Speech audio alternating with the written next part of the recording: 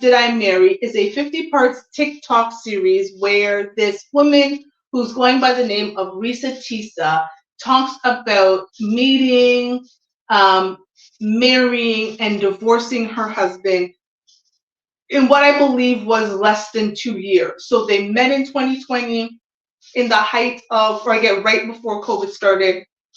And by the time 2022 rolled around, I want to say by mid 2022, they were getting a divorce. And I watched that 50-part series in the matter of a day. I was working, watching. At one point, I fell asleep, woke back up, watched the series. And I thought, there are so many lessons from this series that we need to talk about. The internet is our friend. Use it. So, just like in her story, where she said that her now ex-husband played a professional sport, my former fiance also played professional sports. He explained to me that he used to play football. He explained that he used to play arena football. I know nothing about arena football. What did I do when my former fiance told me about his time in professional sports? I Googled him. I had his first and last name, and I went to Google and I Googled him. You do not need to know anything about professional sports in order to use Google. Because if they have ever played a professional sport, you will find them. So my first thing was like, okay, girl, you don't know anything about professional football. That's fine. You don't have to. But you know how to use the internet because you were on the internet online dating. So it's clear, right? It's clear that you have some knowledge of the internet. So I'm listening. Because again, this dating game, I get it. It is when you're out here in these streets and you want to meet someone, this dating game is a game. So in those first conversations, I'm listening for certain things. So for me, the first thing was, okay, he said he played a professional sport. I'm going to Google him and the sport. What team did you play for? Great. What years did you play? What position did you play? How long were you there? What was the experience like? I don't know a lot about arena football. Did you have to play in university or college before you were able to get a deal? Oh, yeah, you did? Tell me more about that. What position did you play? What was your number? What years did you go to school? I'm gathering information because what I'm going to do is take that information and Google you. Because I might trust what you have to say, but I'm going to verify. So in that first conversation that Reesa Teesa had with her husband on March the 4th, there were a number of things that he said to her that she could have went on the internet and quickly verified to determine, is this man a crock of shit? Or is he actually telling the truth about who he is? Sometimes things are too good to be true. There were a number of signs that this man that she had met and started living with after 2 weeks, that some of this stuff was just too good to be true. But she ignored it. She just ignored it. She said, okay, he's telling me, she said it in the part where she said, when we were outside at Cheesecake Factory and we talked about, what we wanted, he said he wanted to be married and I said I wanted to be married. He was telling me what I wanted to hear. She said it with her own mouth. This is where he tells me what it is he's looking for. He tells me, I want to get married and it be for real. He's like, my parents were married 40 plus years before my mom passed away. And I want that. I want marriage, family, a house. Like, that is what I want. He was like, I'm as a man, I'm ready to get married, but I want it to be for real, because the first time, it really hurt me when she cheated on me. So he's telling me everything that I wanted to hear. Here is the thing. For a man to guess that dating me now, that marriage is the goal, and if he said, oh, I'm at that point in my life too, because I'm sure you are, as we're a bit older, that, like I want to get married. Good fucking guess. Really? Great guess, right? Great guess that at this stage in my life, at 44, as I am closer to death than to life, that I want to get married. So a man is going to tell me, of course he's going to tell me he also wants to get married. Yeah. You know what? I'm at a stage in my life, Toshiba, that as a 47-year-old man, you know what? I want to get married. I want to do life with someone. Okay, great. I'd like to learn more. My follow-up questions is, what does marriage look like for you? How do you see? I asked somebody that question the other day. They couldn't answer it for me. And I was like, yeah, this person is not for me, because you say you want to get married, but you haven't even envisioned your life as a married person and the role of you as a husband and the role your wife plays and how you guys are going to grow and build together. So realistically for me, marriage is a concept for you. It's not a goal. Chasing a relationship out of desperation will net you bad results. She was a woman of a certain age. And I'm going to try to say this in the most respectful way possible. She is not the most desirable of women, and that has to go with her physical appearance. Okay? She wants children. She has been brought up a certain way that she will not have children before marriage, and much respect to her. Completely on board with her about that.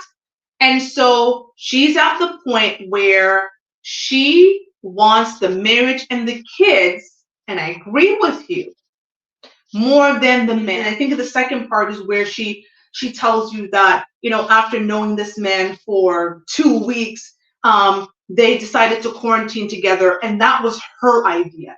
It was her saying, well, where are we going to quarantine? It wasn't the man coming to saying, listen, I know we just met, but I'd love to quarantine with you. It was her pushing that. So ignoring your instincts or signs is your fault, not theirs.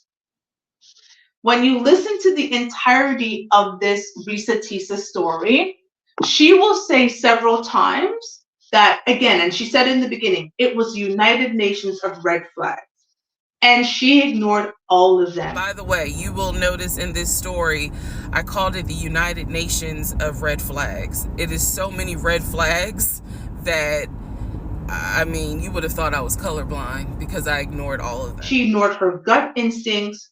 She ignored signs that were right in front of her. She ignored when she knew that this man was lying. She ignored all of that. That is not his fault. That is hers. Your actions/reactions are your responsibility. So, as you watch the series, one of the things that that bothered me the most is, as much as she discusses and says outwardly, I ignored the red flag, she put a lot of the onus on her actions on her husband's actions. I wish she had gone into it and said, listen, I am a woman of a certain age. I got to a certain point that marriage was absolutely the goal for me. I didn't have children. I wanted children because of my belief of not having children out of wedlock. I was in a stage that I really wanted to meet a man. I met this man. He seemed great on paper. And despite the red flags that he showed me, I still decided to marry him. And I take full accountability for that, because it was out of my desperation for wanting marriage and wanting so forth that I went forward with this, and I'm going to own all of that. Yes, he was a pathological liar. Yes, I found out a lot of things that he said aren't true.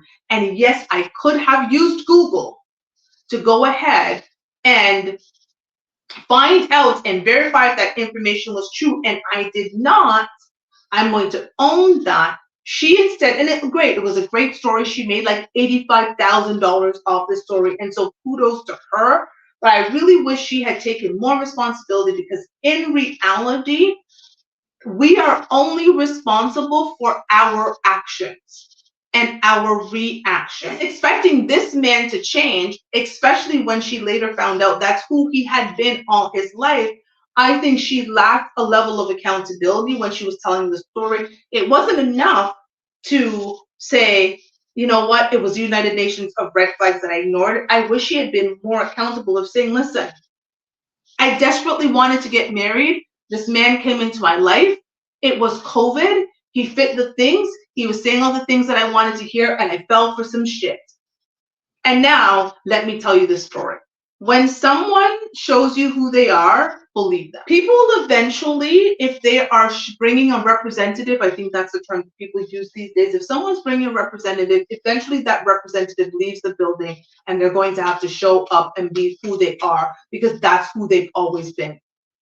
And this man had shown her several times that he was a liar, that he was a manipulator, that he was untruthful in his words and his actions, and she still continued in the relationship. I think this woman, 2 years removed, for her, I think a lot of the times it makes us feel better to create a narrative that suits our ego, that fits our pride. Her story reeks of desperation from the first conversation to date one. And people who are manipulators and liars and scammers and all of that, they feed off of that. They feed off of that desperation. And I think for her, this is what I will say for her. I think her knowing that her desirability on the singles market wasn't necessarily netting her the results that she may have wanted, meeting a man who seemingly was going to give her a life that she herself could not afford, and or she may have thought was reserved for more desirable women. When that man came in and was saying, I'm going to buy you the house of your dreams and give you the wedding of your dreams and give you the life of your dreams, and I'm going to come in and do all these things and be your Prince Charming. Yes, her nether regions tingled, her heart tingled, her whole body tingled, because this was not a life that she herself was accustomed to. And she says it in the video. I was not accustomed to a man coming and doing this for me, because whether we like it or not, on the chart of desirability, she did not score very high. So this man coming in and seemingly being her Prince Charming and fitting all of these things and, you know, taking care of her financial needs, of course he was able to bamboozle her. And again, had she just used the damn internet like every other woman should do, let me tell you, ladies, if there is a man I'm considering getting serious with, I Google them. First and last name. You can Google me. If you Google me right now, Toshiba, Toshiba, last name Billings, Billings, I'll tell you what comes up, because I Google myself.